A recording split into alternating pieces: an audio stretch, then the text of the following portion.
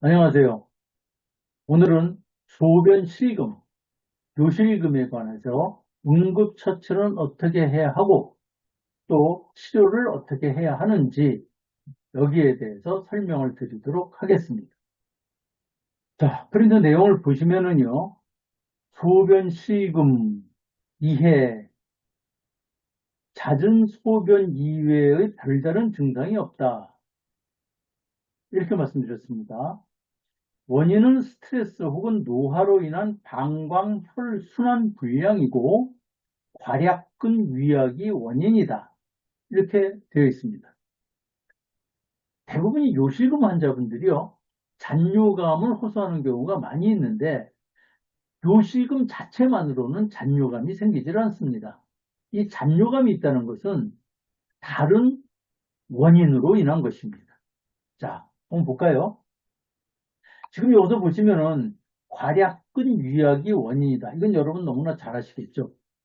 요실금은 시도 때도 없이 소변이 나오는 겁니다. 나도 모르게 나오죠. 그것은 소변을 나오지 않도록 막아주고 있는 괄약근이 느슨해지면서 나타나는 현상이 요실금이죠.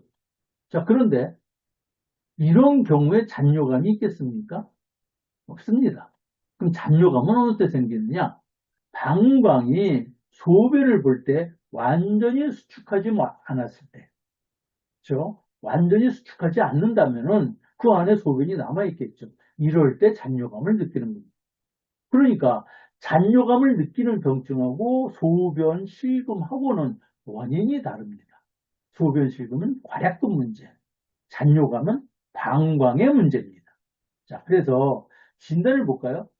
자, 진단을 보시면은 방광한, 방광기허, 제가 이렇게 써놨습니다. 자, 그러면은 괄약근의 문제도 방광한이 원인이고 방광기허가 문제입니다. 다시 말해서 방광한과 방광기허는 방광의 혈액순환이 제대로 되지 못하고 또 그것이 괄약근에도 역시 마찬가지로 영향을 미쳐가지고 괄약근에도 혈액순환이 원활하지 못하니까 괄약근이 약해진 것이죠.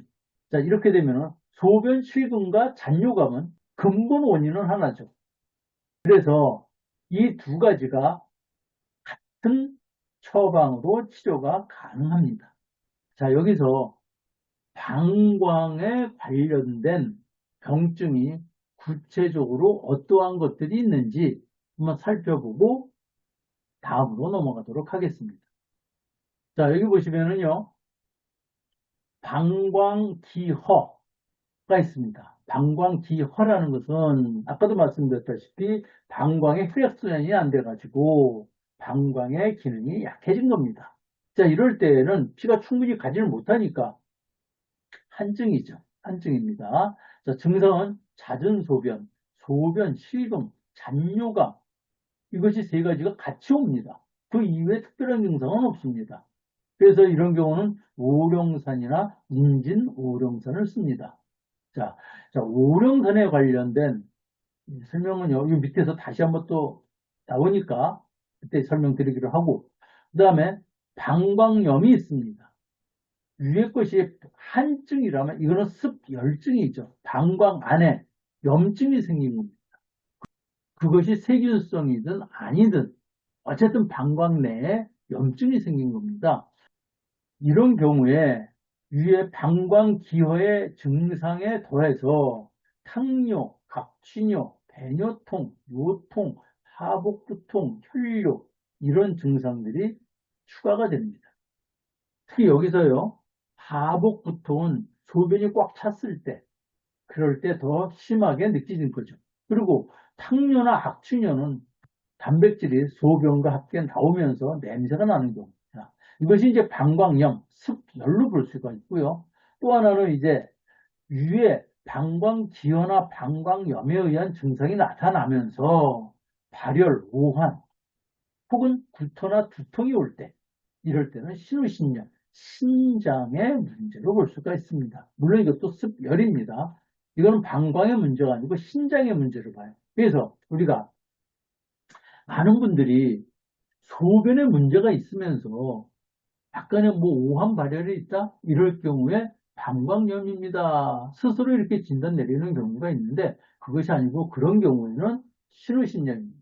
신장의 문제로 봐야 되니까 이거는 조금 더 신중하게 또 신속하게 치료를 하지 않으면은요 문제가 좀 심각해질 수가 있겠죠. 그래서 우환이 있다.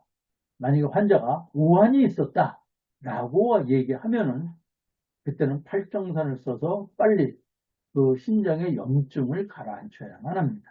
비뇨기계의 문제는 이렇게 크게 세 가지로 우리는 구분해서 볼 수가 있겠다. 물론 이것 이외에도 뭐 특별한 증상들 또 아주 위중한 증상들이 많이 있겠죠. 하지만 우리가 흔히 볼 수 있는 것은 이러한 세 가지의 증상이 있다. 이렇게 이해하시면 되고요. 그 다음에 이럴 때 쓸 수 있는 약은 이렇게 한 5가지 정도로 볼 수가 있습니다. 이것 이외에도 여러 가지 처방이 있겠습니다만은 가장 일반적이고 그래도 효과가 좀 뛰어난 처방이 이 5가지로 요약될 수가 있겠습니다. 자, 여기서 이 오령산하고요, 저령탕은 소변을 잘 나오게 하는 효능이 굉장히 뛰어납니다. 여보세요. 소변을 잘 나오게 한다? 자, 그건 어떤 의미죠? 방광을 따뜻하게 해주고, 그 다음에 뭐예요? 괄약근을 정상 기능으로 회복시켜주는 거죠. 그것이 오령산과 저령탕입니다. 여기서 오령산은요, 방광을 보기하는 효능이 좋고요. 저령탕은 소변을 잘 나오게 해주는 기능이 좋죠. 그래서 방광 기능의 문제로 혹은 신장 기능의 문제로 몸이 부었을 경우에는 부은 것을 빨리 빼줘야 하니까 저령탕을 쓰는 게 좋고요.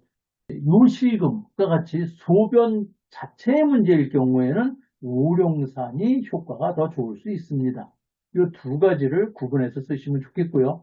인진오령산은 방광에 염증이 있는 것으로 의심될 때, 방광염이라는 확신은 안 드는데 방광에 염증이 있을 수도 있겠다. 다시 말해서 환자가 아랫배가 조금 아픈 것 같은데 여기서 뭐 소변에서 냄새도 없고 그다음에 뭐 통증이 아주 심한 것도 아니고 혈뇨도 없는데 뭐 어쩌다 뭐 통증이 있는 것 같기도 합니다라고 할 때는 약간의 염증을 의심할 수 있겠죠. 이럴 때는 인진오령산을 쓰면 좋겠고요.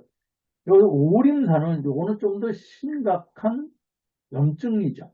방광에 염증이 좀 심해졌다. 이런 경우는 오림산을 쓰시면 좋고 여기서 팔정산은요.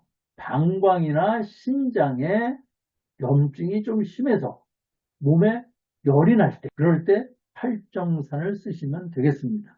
자, 이렇게 해서 중요한 처방 5가지, 그 다음에 방광과 신장의 병증 크게 3가지를 설명을 드렸습니다. 자, 다시 프린트 내용으로 와서요. 이렇게 잦은 소변이나 혹은 요실금의 문제일 때 이럴 때 처치는 먼저 오령산 4g을 처방해서 바로 그 자리에서 환자에게 복용을 시킵니다. 여기서 오령산 4g이라고 했지만은 환자의 신체적 조건이 상당히 좋고 혹은 증상이 좀 더 심각하다. 이런 경우에는 뭐 5g, 6g까지 써도 큰 무리는 없습니다. 오령산의 부작용은 그렇게 크지 않으니까요. 그리고 누워서 핫팩을 하복부에 1시간 정도 해줍니다. 자, 이때 침은 놓지를 않습니다. 약을 복용시키고 핫팩을 해줌으로써 응급처치는 끝나게 됩니다. 보통 이렇게 응급처치를 하고 나면은 그 효과가 하룻밤을 자고 나봐야 환자가 느낄 수가 있어요. 자, 그 다음날 환자가 내원을 하게 되면은 상황을 정확히 체크를 하시고 만일에 아직도 요실금이나 빈뇨의 증상이 남아있다면은 응급처치와 같은 요령으로 치료를 하시면 되겠습니다. 자, 이렇게 해서요, 요실금이나 잔뇨감 증상이 없어졌다면은, 자, 그 다음에 후속 치료, 다시 말해서 재발 가능성을 최소화시키는 치료를 해야만 합니다.